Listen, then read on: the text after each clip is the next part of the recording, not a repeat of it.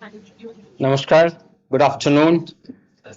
International Relations Division NCERT welcomes you to this discussion on implementing curriculum and educational policies.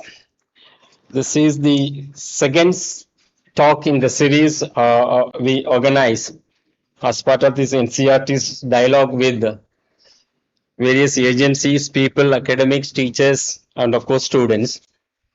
We are aware that we are implementing the national curriculum for school education, and we are seriously involved in the implementation of a national education policy.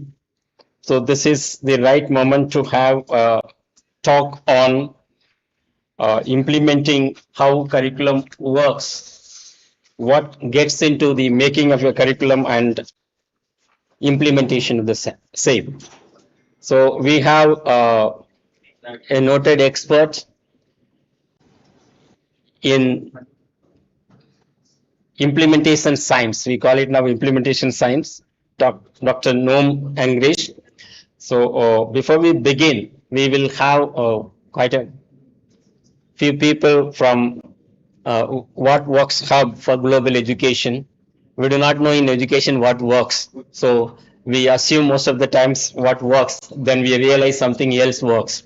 So then particularly in language learning, we teach quite a bit of language, grammar, vocabulary, and at the end of the day, we know that how we learned language, nobody declares this is the way I learned language. So we will begin with a short interaction with the people who are here in NCERT from outside. And please, can you introduce? Hi everyone, my name is Sharnik Jeka. I'm a research scientist at the What Works Hub for Global Education, and my research is on implementation science. I will formally also introduce, but let you also introduce. Sure, yeah. Do I click OK? Hi, everyone. Thank you so much for having me. Noam Angrist, Academic Director of the What Works Hub for Global Education at the University of Oxford and co-founder of Youth Impact, an NGO that scales up evidence-based programs. Great to be here. Thank you. Hi, everyone. Glad to be here. I'm Rohan. I'm head of the partnerships of Youth Impact in India. We are deploying phone-based tutoring program at scale here. So nice to be here. Thank you. I'm Ian Clifford with the British Council. The British Council has been working in India for over 75 years, but our role with the What Works Hub for Global Education is to bring together government and practitioners in country and academics and renowned international academics such as Noam. So very pleased to be here today. Thank you very much.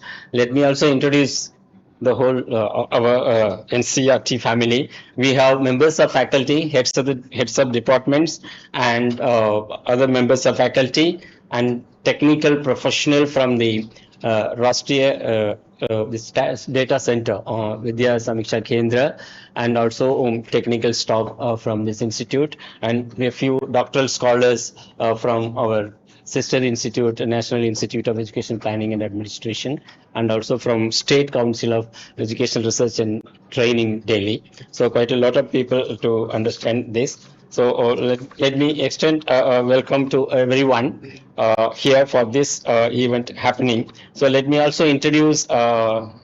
Noam Angrish. I was trying to Google and find out it was running after pages, and also not only in one country, many countries. So quickly, let me focus on what he works and what he is. Before that, let me also welcome British Council, who makes things happen in NCERT also, Mr. Nikunj and Prenal, for your presence. We welcome you. Then Dr. Noam Angrish is Academic Director, What Works Hub for Global Education, University of Oxford, and co-founder Youth Impact. So he has been in the implementation science, and also he has published extensively in Nature, the journal, Nature Human Behavior, Journal of Economic Perspective. If I understand, you are basically an economist. Yes. Should I say that? Yes. All right. And he has consulted World Bank chief economist, many more things. So without taking your time, we would like to request Dr. Noam Angrish to please talk about he has titled it very well, Mind the Gap Between Education Policy and Practice, which probably NCERT as a policy making body, curriculum making body and implementation body. I was just telling him we are both curriculum development, policy development as well as implementation body. Sometimes some sort of conflict of interest happens. So he would be dealing with how the policy making and the practice, how we can realize that. Dr. Sure, yes.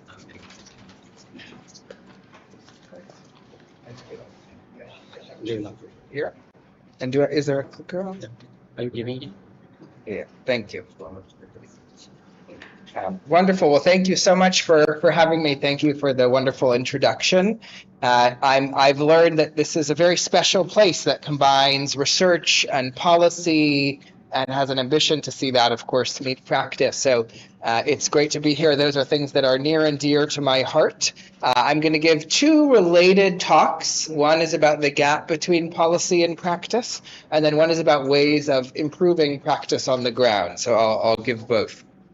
So this first one, which is minding the gap between policy and practice, is a new piece that we put out recently, and we published it in Nature. Can you actually see it? It's not clicking, I don't think. I can see it here, but I don't know if you can see it. Okay, now you can see? Yeah, but not here. Yeah. I think that will be hard for people, right, to look sideways. Sure. But I can speak to it. So we just published this piece in Nature Human Behavior, and it's gotten a lot of interest and attention. This is joint work with Stefan Durkin, who's the former chief economist of FCDO and DFID. And we actually, the What Works Hub for Global Education was mentioned in this piece as kind of pushing the agenda ahead on implementation science. So here's a link to that if you want to take a look at that. That's actually fairly hot off the press just a few months ago.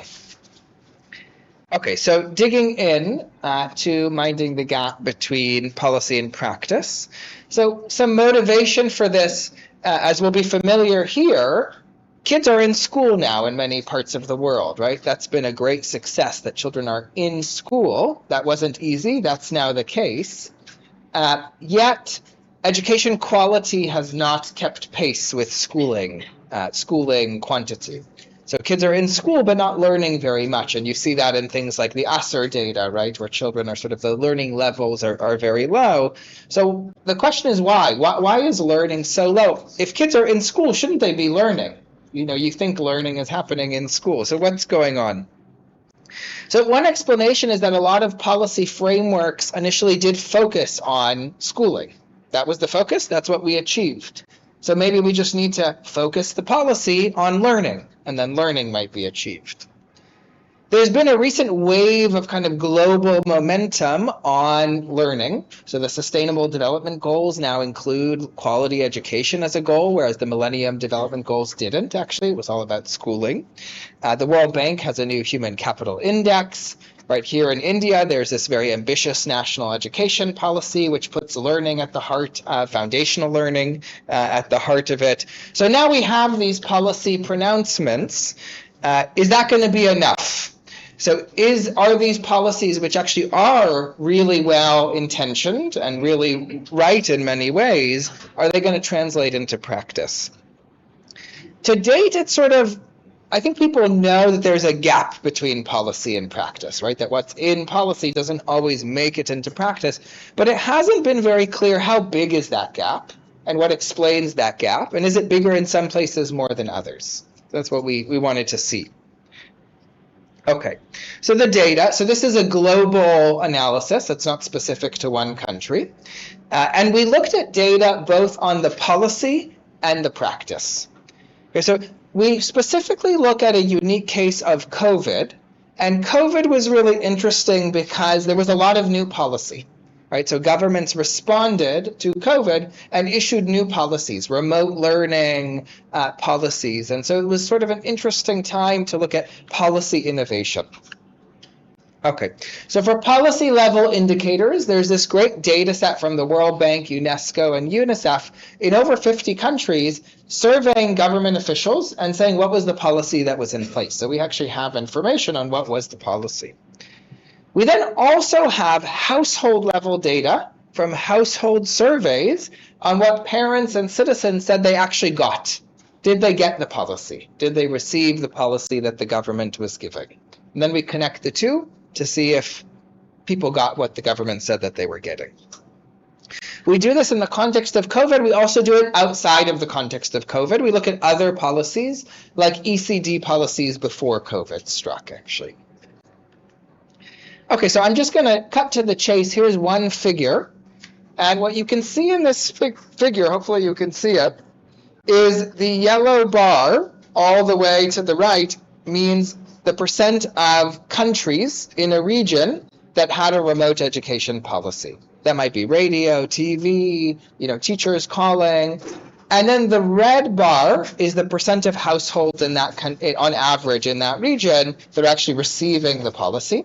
And then the rows are different regions. So you can see we have Latin America at the top, we have Europe and Central Asia, East Asia and Pacific, Middle East and North Africa, and then Sub-Saharan Africa.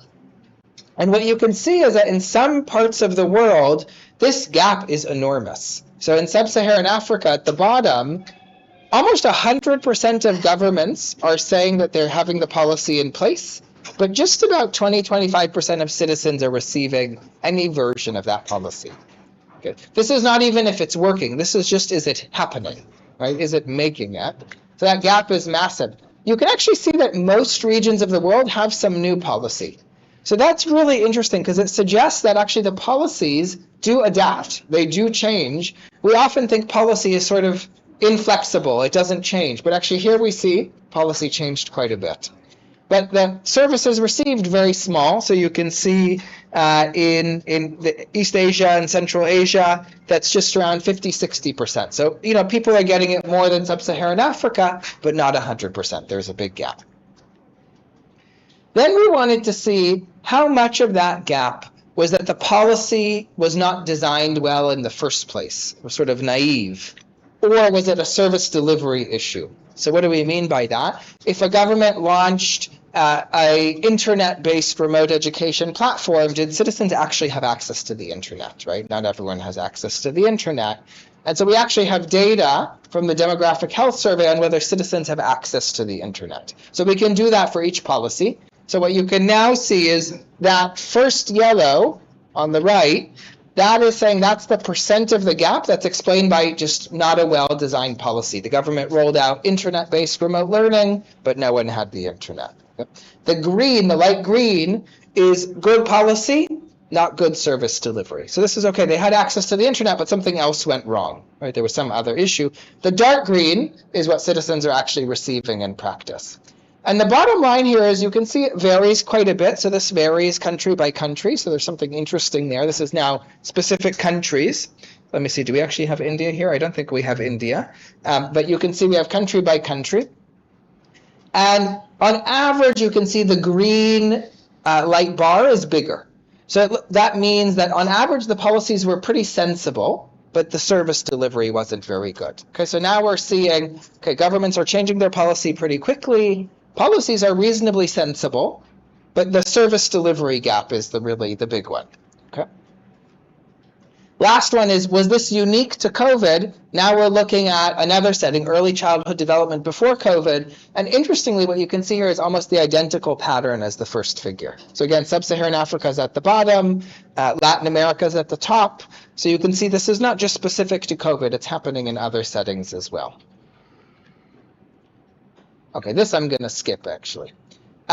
So what is this connection to the What Works Hub for Global Education? Where a big focus of ours at the What Works Hub for Global Education is advancing implementation science. And what we mean by that is ensuring that the science gets implemented. So what works is actually happening. But we also mean that implementation is becoming more of a science, that we're studying the process of implementation. So you can see the connection to what we just showed, where we're getting at the heart of whether implementation is actually happening. The What Works Hub is funded by the FCDO and the Gates Foundation and is housed at Oxford, but is really a global consortium and a global partnership. We have 3 pillars. So one is synthesizing evidence. So that's taking stock of the best evidence available, making some sense of it, pillar 1. Pillar 2 is evidence use. How do we really make sure that the evidence is making it into the hands of policymakers and practitioners? And pillar 3 is the implementation science pillar, and that's the more systematic study and research on implementation. We have a very simple framework for thinking about what we mean by implementation science that I'll just talk through a little bit.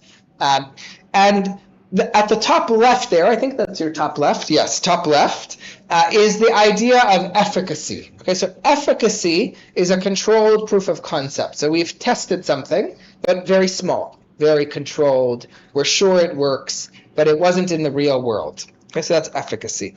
On the far right is something we're calling efficacy plus. And that's now saying, okay, now we want evidence in the real world. We want it with multiple models, when delivered by the government, at larger scale. That's efficacy plus. And we want to see more evidence in the real world, not in the kind of lab, not very controlled, in the real world.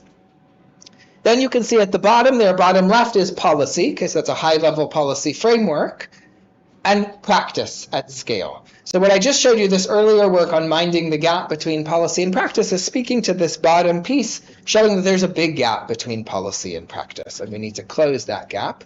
And then we're really interested in the connections between these strands. How can we make sure policy is informed by efficacy evidence in the first place, by efficacy plus evidence in the first place? Now, something that happens when we go from evidence to practice is there something that is being referred to increasingly called a voltage drop. Okay, so it might have worked initially, and then it stops working at scale. Or it might have worked really well, and it works much less well at scale.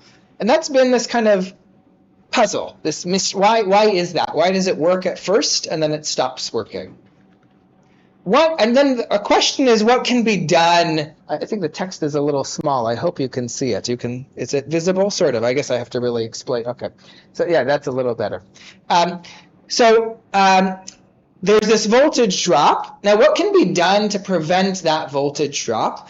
One thing that can help is more adaptive testing and learning. So how we can kind of try something, try it again, tweak, learn, adapt. Often when we try things, we sort of do it, and then we just scale it up. But we don't always adapt and innovate. That can really help prevent the voltage drop. Okay, so with that, I'm actually going to switch to the next presentation, and I'll give you some concrete examples of that kind of adaptive learning and iteration and tweaking. Yeah. So that was part 1. I can see while they're loading any questions or comments or thoughts. Yes, please.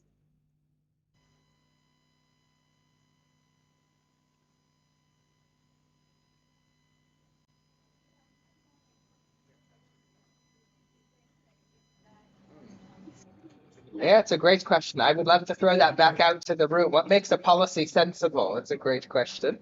But I think in this example, we were just wanting to see something very basic, actually. Not even is it evidence-based. We weren't asking that. We were just saying, did the government support remote education, for example, in TV? And did citizens actually have TVs? Right. So that's what we were sort of referring to it as naive policy versus not naive. Did it even have a chance of success? But we didn't even get into whether it's evidence-based or sort of, really thorough. And it was just one way of thinking about it. Yeah, but great question. Yeah. Thank you. Okay, so we'll keep taking more, but I'm going to transition. Or should I take questions on the first one, or I should keep going? Yeah, as you wish. Okay. If you have any more. Sure. Yeah. Let's take more. Yeah. Go ahead. Yeah. Yeah. Yeah. Was that model taken from some literature, or that's a self-created model? Yes. The efficacy one and the... Yeah, absolutely. So implementation science first started in the health sector. It's more developed there. And it's actually recent. It's only in the last kind of decade or two that it's taking off. But the health sector has some frameworks on implementation science. So we've been looking at that. health and education have some similarities, but they also have some differences. So we've adapted it and we've tweaked and we've kind of added some innovations. So I would say it's inspired by some literature in healthcare, but updated to be more relevant for education. Yeah, thank you. So the framework I just showed is something that the What Works Hub for Global Education has put together and is now getting some traction. Yeah. Great. Any other thoughts, comments, questions? Maybe later. Later, okay. Maybe, okay. Yeah, so I should keep going or should take one more? One more, yeah. Okay. See, when you policy, there is an approach, there is a top bottom or the bottom top. Set up a report, close top. There is also a variable phenomenon that takes place. It's a transmission loss. Yes. The way how policy is translated, yeah, and how it gets to the ground. Absolutely. No, thank you for that point. 100% agree. And actually, in that framework, if you remember those bubbles, we actually don't say that there's a right order there. So it has efficacy, but maybe actually, to your point, it starts at practice. Maybe evidence comes much later. In fact, probably that's often the case, right? And so we don't actually specify where should one start, how does it work. It's sort of just a model, but it could be top down, it could be bottom up, there's loss, up, down, so sideways, absolutely. Yeah, thank you. Great, okay.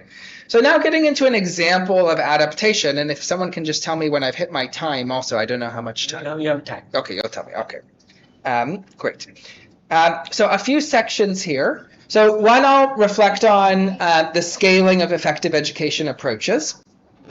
One is A/B testing as an iterative approach. I'll give an example of 10 rapid trials where we learn from one trial to the next, to the next, to the next, 10 in a row. I'll share some results and then we'll open up.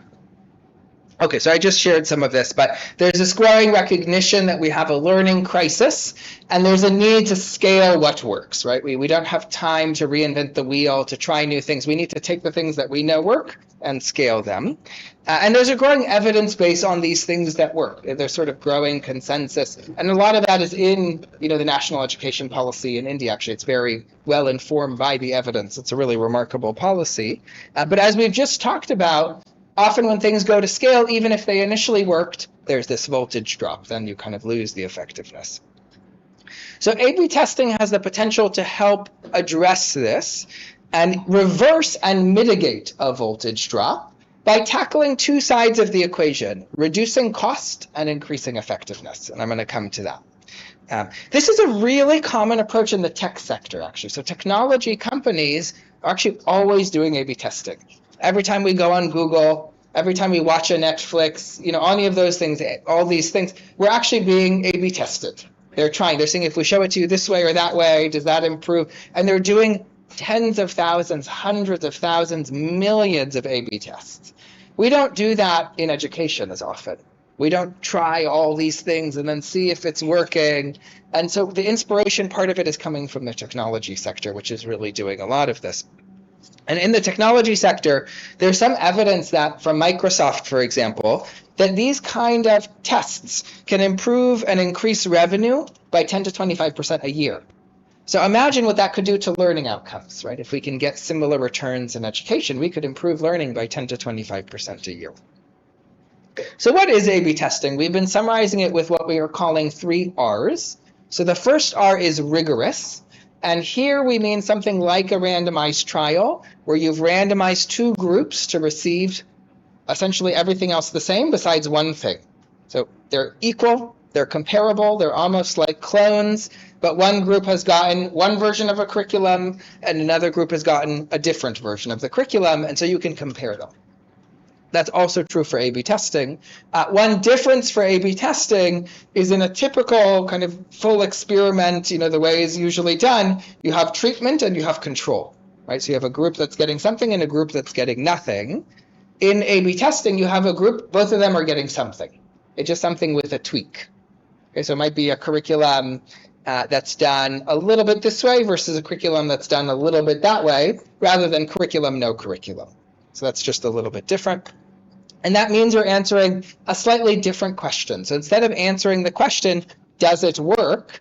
You're answering a different question, which is, how can we make it work better? How can we make it work cheaper? So it's an optimization question. It's a kind of a going from proving to improving. That's the jump that we're making. That's the first R. The second R is rapid. This is done quickly, every school term. So we're not taking years to study something and look at it every which way and waiting for the perfect answer. We're doing this every school term. We're trying something, we're learning, we're improving. So that's another key piece of this. Now, that's a choice you can make. Anyone could do this. But one thing you do need for this is you need really good data that's also flowing internally, right? Because you can only do this if the data is also termly. I understand that NCERT is world class on the data side and exactly trying to do this kind of rapid data flow and has some attendance information and is kind of moving in that direction. So that enables this speed in this process.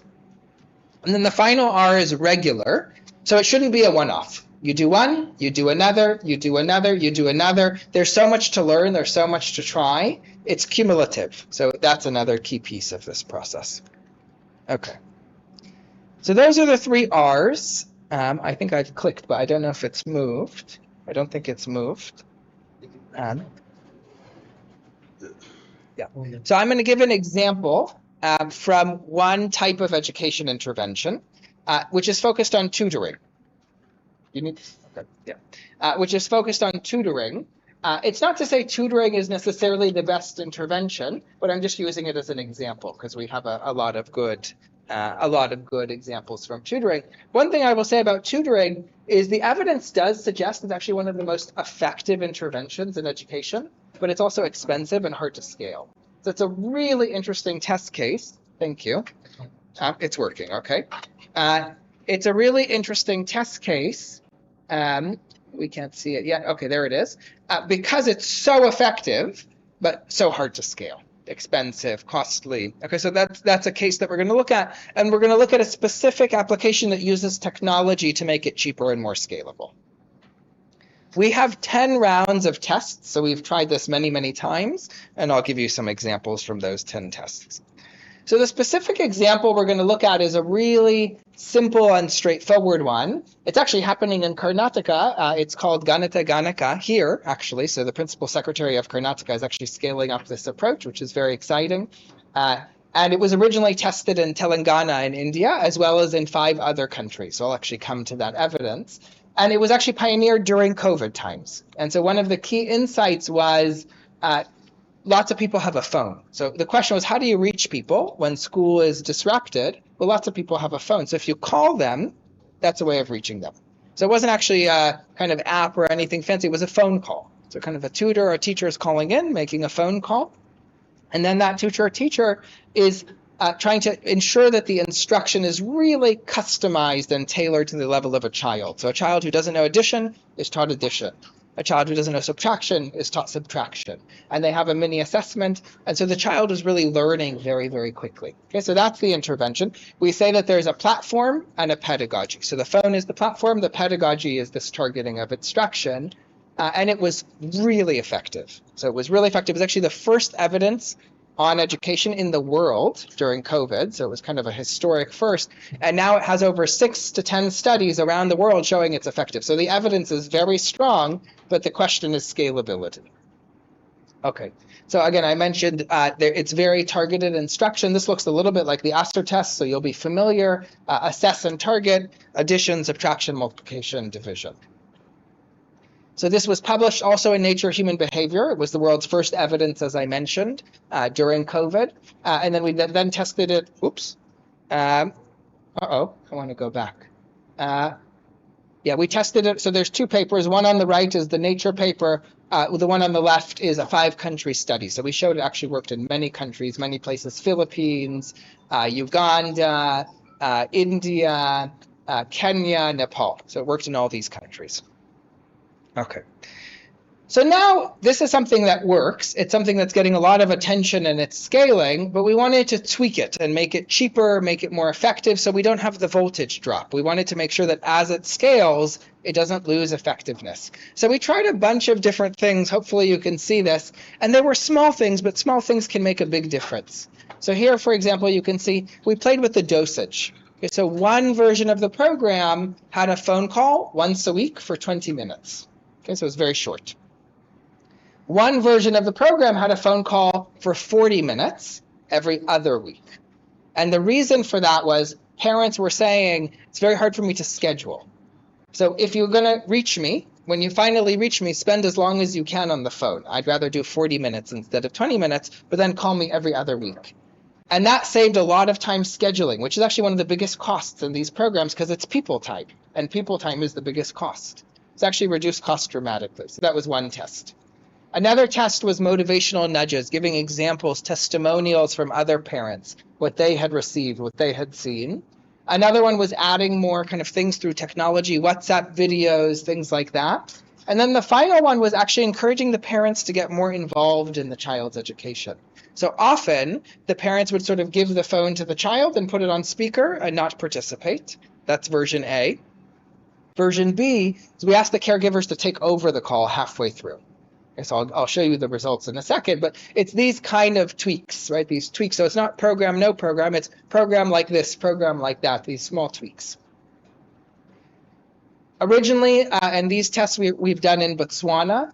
So just to give you a sense, over 10 tests in 14 months, 12,000 students, half female, half male, grade 4, and 71% of the respondents are giving us data every so often, every few weeks, every few months. So we tackled two sides of the equation. I mentioned this earlier. We wanted to both increase effectiveness, so kind of that's adding things. So maybe that's the WhatsApp video, asking the caregiver to engage, these kind of small additions that are cheap, but are about improving effectiveness. That's one side of the equation. The other side of the equation, though, is taking things away, making it simpler. So getting rid of scheduling, right? Reducing scheduling, taking other things away. There's a few others that I'll show you.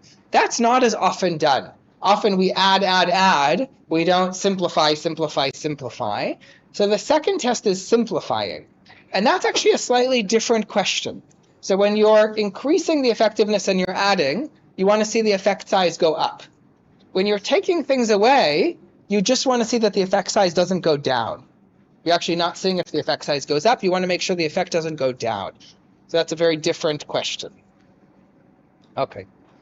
Again, we used a similar style assessment to test these various proficiencies in basic numeracy. Now here are the results. So what you can see here is each row is a test, and then that dotted line is a 0, and then the line over it is the effect size and the confidence interval. And actually here I'm showing you the cost reducing tests. So these are the tests where we took something away, and so success here is it was just as good. So actually here a 0 is good. It means it didn't get worse. Okay, so these are things that we simplified and it didn't get worse. So in the first panel, you can see the results from the 40-minute call instead of the 20-minute call, which was cheaper, simpler, more efficient. That was just as good. So that became the new model. That's now the model of the program. In the second panel there, we did something different. Actually, let me raise this a bit better. In the second panel there, we did something a bit different where we asked the question of, does it need to be the same teacher or tutor every week? Or can you change the teacher and tutor?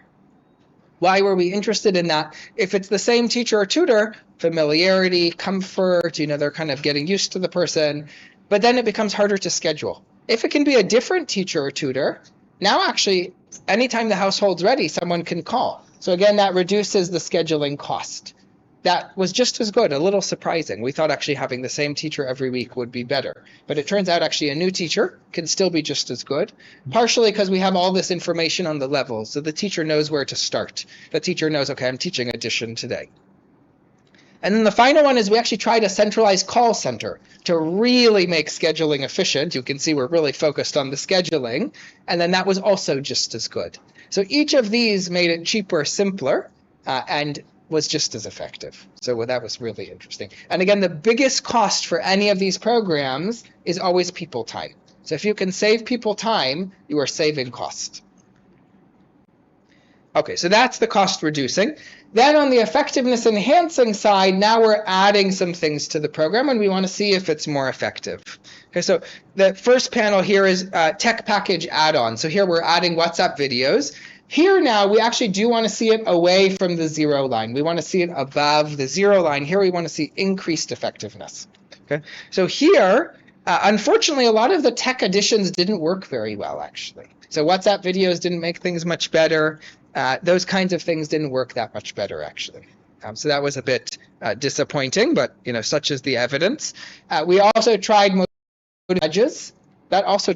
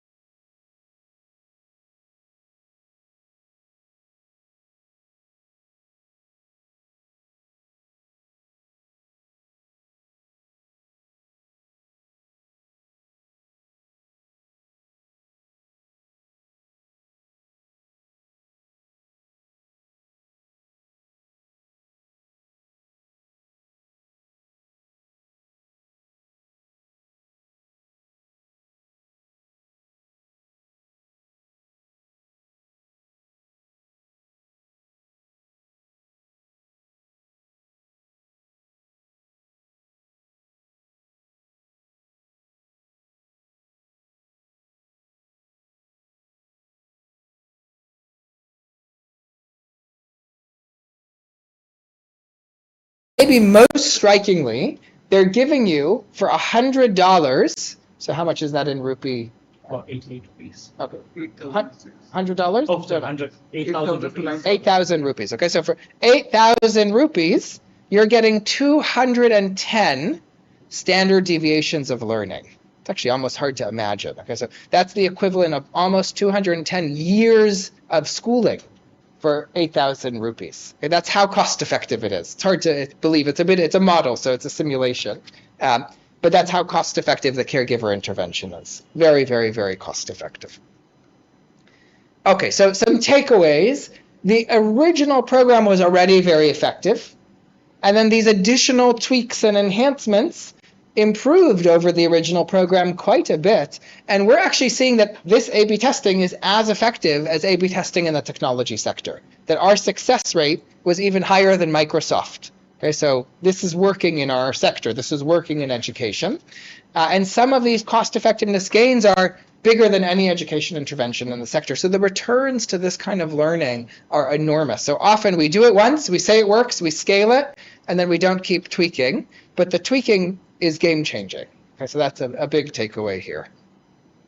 Okay, final thing I'm going to show. So we then asked teachers, did they know what was going to work? Could they have predicted it all along? Did they already know the answer? Did we just share with teachers something they already knew? Okay, so what you can see here, the 0 line is the real effect of the cost reducing. Okay, so remember in the cost reducing, we're taking something away and we want to see that it doesn't change. So 0 is good for cost reducing. And that's the real effect in the dotted line. And you can see in the light blue, this is the distribution of teachers' beliefs before the intervention. So they think that it's negative. So they think if you take something away, it'll make it worse. Okay, that's natural. I would think the same thing, right? You take something away, it'll get worse. After the intervention in the black line there, they get it correct. So they realize, oh, actually, if you take it away, it's actually, in this case, it was just as good. So the teachers really notice what's happening, and they're themselves part of the innovation process, and they actually update with the innovation process. So it's actually making the teachers feel very comfortable with what works and really own what works, actually, on the ground. So this isn't happening at the high level. This is happening on the ground with the teachers. Okay, so conclusion. Over the course of 10 successive randomized A/B tests, we tried different versions of a tutoring program, which has been really effective but hard to scale, though in Karnataka, actually, it's now reaching 25,000 plus teachers, 35,000 plus teachers, so it is scaling, and we're trying to make it cheaper and simpler. This led to lots of efficiency gains, And these results reveal the returns to, one, testing not just effectiveness increasing, but also cost reducing. That's a very high return thing to ensure things work at scale. And also just generally are showing the returns to iterative testing in general. Okay, so with that, just to say, this is a final figure from both Youth Impact and the What Works Hub for Global Education. And this is just showing you over time, we're doing more and more of this kind of testing. So it's kind of building, there's a growing learning agenda. This is possible to do, more and more tests are happening. So with that, I'll just say thank you very much for having me. It's a real pleasure, and it's such an unusual opportunity to connect with people who are so involved in the research process and the policy-making process. So I'm really looking forward to hearing your reflections on how NCERT might think about closing the gaps between policy and practice, using the data for more rapid learning. So looking forward to your questions and comments. Thank you. Thank you. Can we see from there? Now it's thrown open for discussion. We may have comments, questions. This.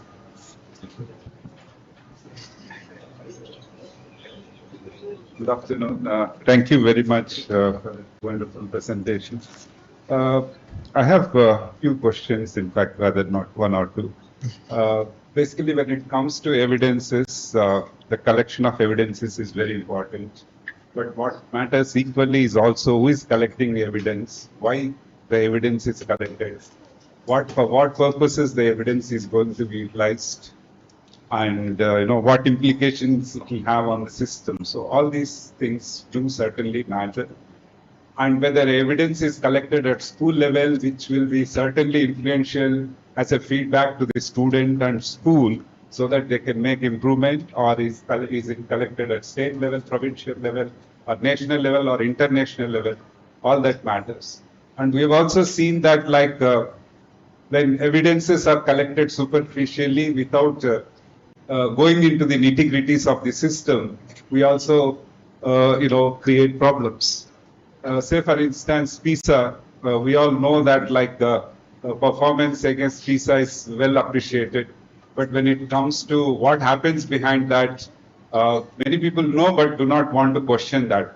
Like Singapore starts coaching the children for PISA from grade 6 onwards, so that they can do well at age 15. So we have several challenges. So I think evidence is important, but certainly what we have over a period of time seen is that evidence collected at school level, utilized at school level, is most impactful and influential for improving the performance of the students. And just before closing it, I just want to say that we are categorized as two, but we are, categorized as one, but we are doing the rigorous work at the second level, in the sense we do very systematically, unlike ASER. I keep repeating at every forum. ASER conducts a dipstick study, but we do a very rigorous study of the students' performance. We take into consideration the background variables, etc. Thank you. Great. Should I respond right away? Yeah, please. Yeah, so I absolutely agree with a lot of that. Who's collecting the evidence matters a lot, both for its credibility and its use, right? I think that's what you're kind of touching on, is it's both how do we make it reliable and how do we make it used, right? Because we want the data to be used. And I think that speaks to your national school point, your PISA point. Actually, one thing we were just thinking through is, I've wondered if in a big national assessment, right, we often report a score, right? 500 or 400, on the PISA, right? It's sort of a score. And I've always wondered, what do school teachers think about that, right? Does that make sense to school teachers? Do they know what to do with that score, right? So we kind of know, okay, we're above this country, we're below that country, but what do teachers make of that? But I've always thought, maybe there's a simple solution there, which is not just reporting the score, but saying something about the competency. Can the children, do fractions? Can the children do addition? And that data should be there. And if there's a way of reporting that, does that now make that more useful to the teacher? So I'm not sure. I'm keen to hear your thoughts and other people's thoughts, but I think that's the kind of thinking we should be doing to make sure that the evidence we're collecting is getting used. we're doing exactly that. Our report cards mention that. I see. Okay, that's great. Would love to see that. Yeah, would love to see that. Yeah. Yeah. Professor Srinivasan.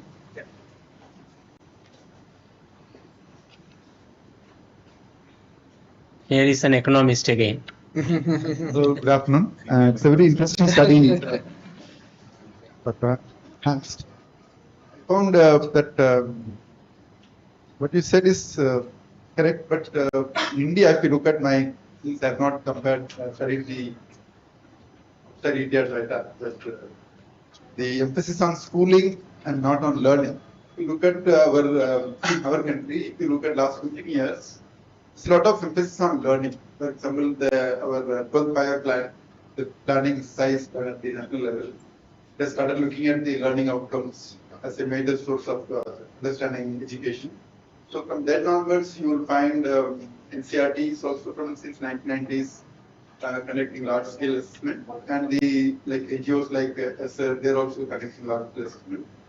It's not only about assessment. If you look at the planning and the national level also, for example, now almost all the state governments are issuing free textbooks for children. They supply a lot of materials for children and textbooks and other than notebooks and so on. So it is not only about the schooling, not only the participation in the school, but also the providing facilities is also increasingly happening. So if you look at that way, like the last 20 years, we have been debating in India on this issue of learning. The entire debate, for example, come January or February, the whole nation is debating on another survey. So in that sense, actually, we do concern about learning that's being debated. And it's also, there also being a huge price in terms of privatization of schooling. This debate also has led to increasing number of private schooling in India. You have, for example, in higher education law, you have 80% of colleges are owned by private sector. And almost 35% of children are studying in private schooling. So this debate on learning also has led to a somewhat lopsided understanding that nothing is happening in government schooling. So the privatization also is happening. So this is because of the emphasis on learning, the whole debate. Your study observation is quite disturbing to me also. Why? Because you said about the effectiveness and the cost reducing techniques. Yes, government over the last 10 years has not increased the investment on particularly school education. If you look at the amount invested. So all the schemes, there are many schemes, but if you look at the total amount invested on public investment, it's quite not good. So in that sense, the government is indirectly involved in cost effectiveness, cost reducing techniques. But the problem with me is that your observation that 30% of changes, that 3% is on the effectiveness of learning. That's where when parental support is available after a teacher. See, today the work, like if you look at the job market, labor market, it's also my interest. More and more parents are going to look for jobs. And there is no sufficient employment opportunities available here. So whatever is available, they have to work. So you will find a lot of people are augmenting their incomes besides their regular jobs. So they are having very limited time for staying with the children at home. So your observation that if the parents are available with them, the learning will be better, is enhanced. It's something where India can go. That's why how do you see this?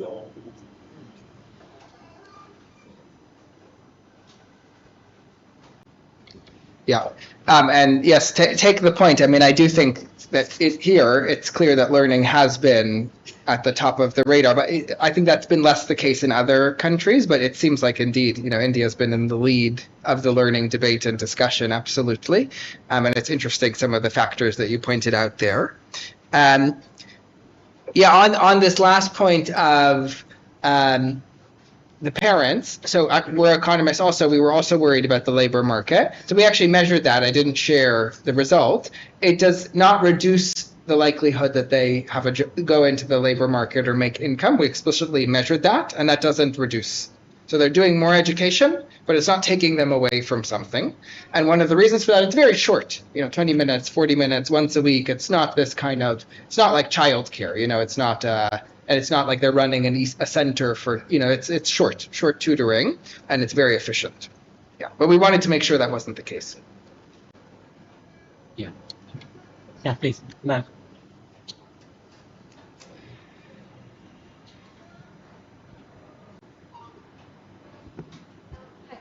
question. With A/B testing predominantly used in the tech sector and in social sciences, in social science sector, in education, we usually have RCTs, so quasi-experiment. Yeah. Where do you see a shift in the demand for A/B testing and people moving from traditional evaluation methodologies towards A/B testing? Yeah. Great. Yeah, so it's true. So RCTs and quasi-experiments are more traditionally the case in social science. I think one of the reasons for that has been that there hasn't been as much data historically, or that data has not been organized in a way that is rapid or sort of, and I think one of the tricky things with the quick indicators, so we call them golden indicators, data indicators, because if they're quick, but they're not very meaningful, and they don't influence a decision maker, then that doesn't help make a decision. If they're slow and they're meaningful, but they're too slow, they also don't inform the decision. So the kind of ideal indicator is quick and meaningful, and that's quite rare actually. So even in the tech sector, they're doing things based on clicks, right? And so in the social sector, that's just not enough for us, right? We want to see learning, or we want to see it something else, right? And that takes a little bit of time.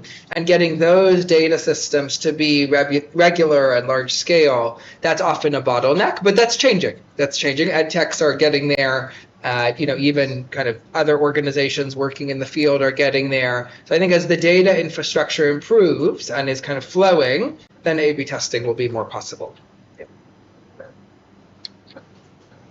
Yeah. Any other comment, question? Yeah. Whatever, PJ.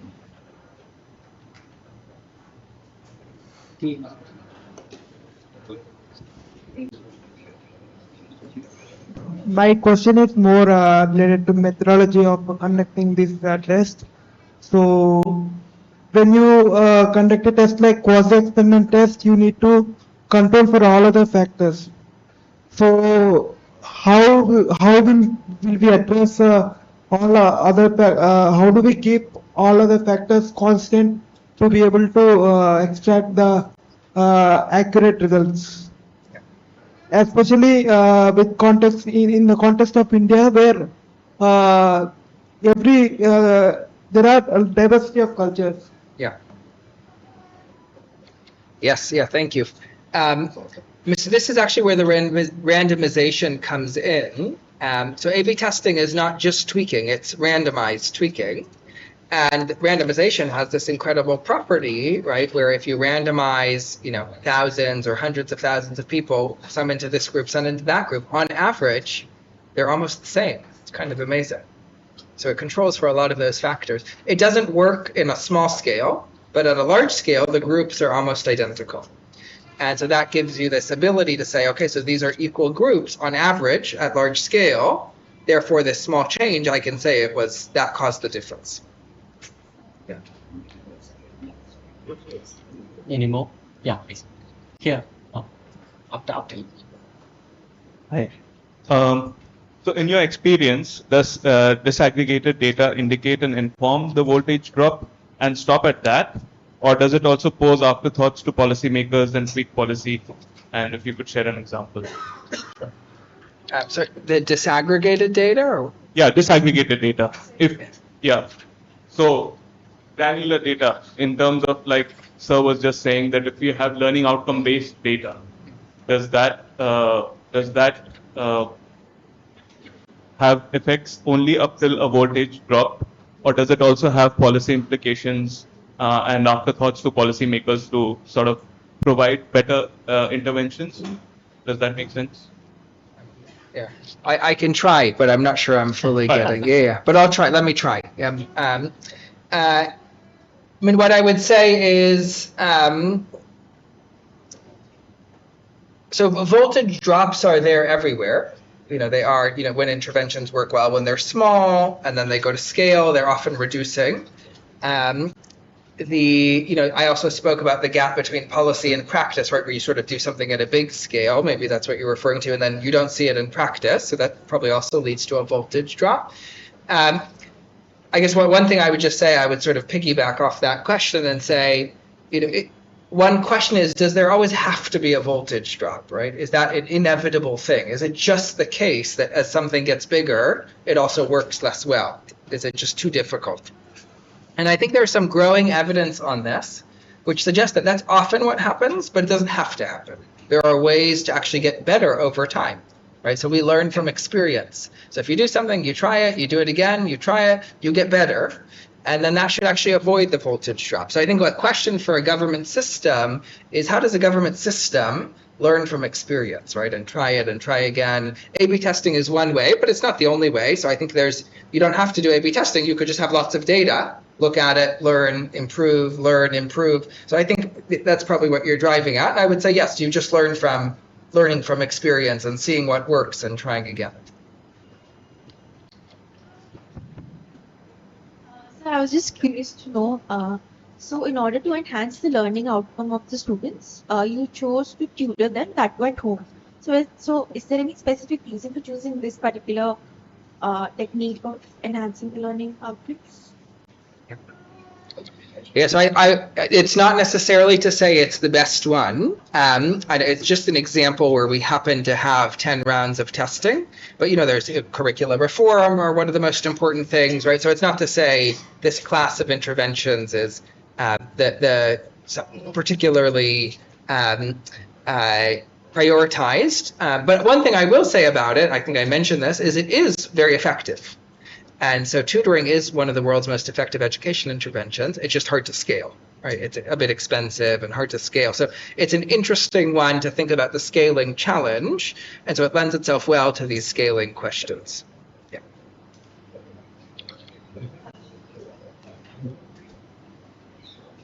That's the last question. Are there any? Please go. When you say that simplifying something can be done by reducing something or taking away something, it's coming, in my understanding, it's coming from this negative reinforcement kind of a paradigm, the behaviorist paradigm, that one removes something and if it's a negative thing for that person, the behavior increases. And one has to think of, is that a negative reinforcer or a positive reinforcer? When one kind of takes away something or kind of adds something, as you were saying. Second was that you're saying that the data gives you the reasons, the understanding, or actually the awareness to rework, to tweak something, keep doing things. But is it like that the classrooms already with teachers in there, the teachers prepared, qualified, don't they themselves would feel in a classroom like a normal teacher would not feel like let me do a bit of a change in this or a bit of a change in that. So I'm skeptical on how much we trust, or kind of not just trust but view the teachers right here when we say that data is what the numbers are, what because the experience that you're talking about, the classroom experience, this is a very informal education setup that we just discussed as an example. But when we see things in school, the teacher, the setting that they work in is very different from the example that you picked up. So I think that's one thing I wanted to talk about. And the experience is very complex. It's like it's not also very homogeneous in India.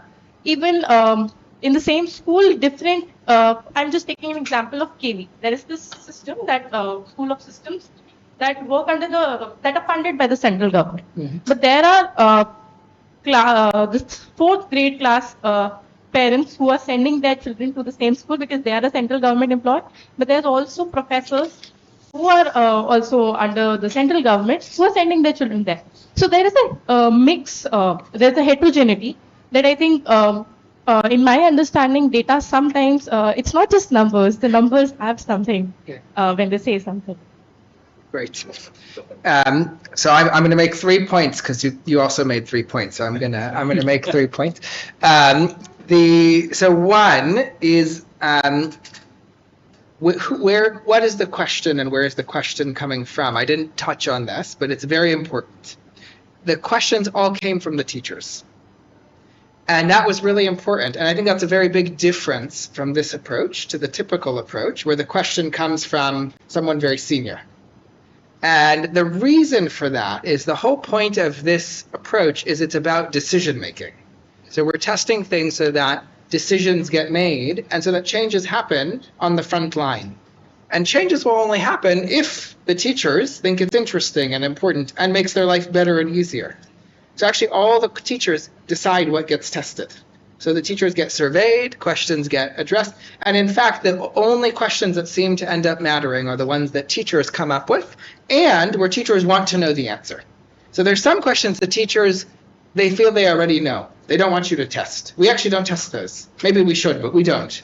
We only test the ones where teachers say, you know, I've been wondering on the one hand if I do this, on the other hand if I do this, I'd like to know the answer. Those are the questions we test, and those are the best questions. So I think you're right that that's really important and not usually what's done, but that is part of this process. I didn't mention it, so there's no way, you know, you wouldn't have known, but that's very important, so I'm glad that you raised it.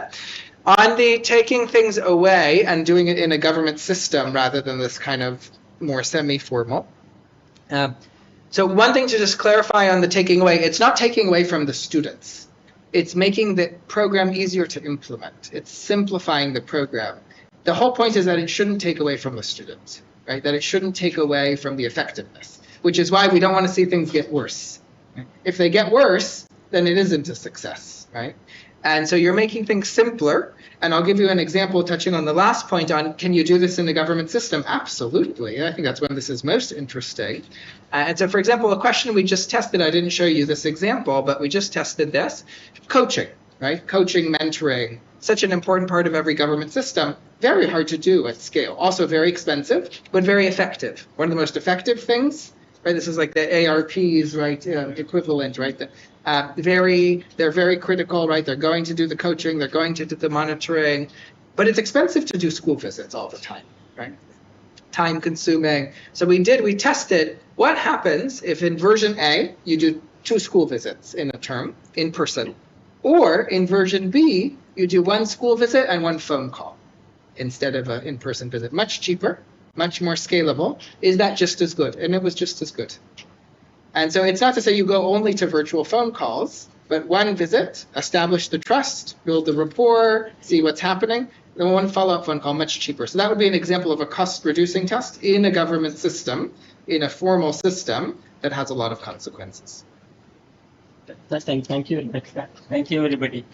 We have a lot of unanswerable questions, which we keep it to ourselves. Yeah. Okay. Like the curriculum is so complex. So we thank you. We formally invite my colleague, Dr. Darshana, to thank. Before that, we felicitate you with a shawl in our invitation. Could you come up? Okay, great. Thank you. That's it. Wonderful. My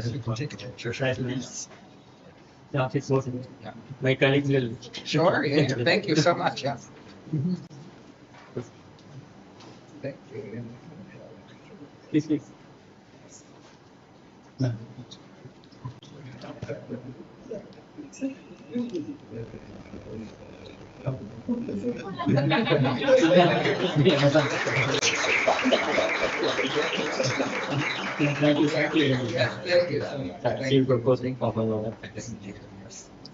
Thanks.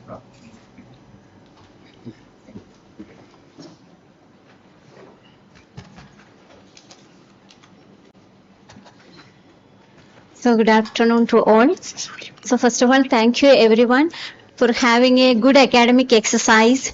It is very benefiting to all of us. So here we have our honorable speaker, Dr. Norm Agers, Academic Director, University of Oxford, delivered a special talk on implementing and optimizing education progress for scale evidence from rapid A/B testing. So the major takeaways from your talk, I pointed out only 3 or 4 points, sir. So highlighting the gaps between the policy and practice, improving the practice in ground. And the second major point is scaling effective educational approaches, and also gave detailed description about A/B testing, and also give glimpses on adaptive learning. Okay, so It was an insightful talk, and we are blessed with a lot of educational information. So on behalf of IRD NCERT, we are extending our heartfelt gratitude to you, sir, for sparing your valuable time along with us and giving your expertise in the field of education. So next, I would like to extend a formal thanks to our Honorable Director of NCERT, Professor Dinesh Prasad Saklani ji sir, for the immense support to conduct this program. So next, I extend gratitude to entire British Council people, especially Dr. Ayan and Dr. Shenal Jacob and Dr. Rohan, then Nikunj and Pinal here, and also the persons from NIPA and all academicians from NCERT. So again, next thanks to for entire CIET technical support teams, and also thanks to our department, including faculties and staffs heading by Professor Meghanathan sir. Thank you everyone. Thank you very much. Tea is calling outside. Please have the tea. Then those who have come from other institutions, I'm sorry to use the word other institutions, we are visiting, we are taking them to the Rashtriya Vidya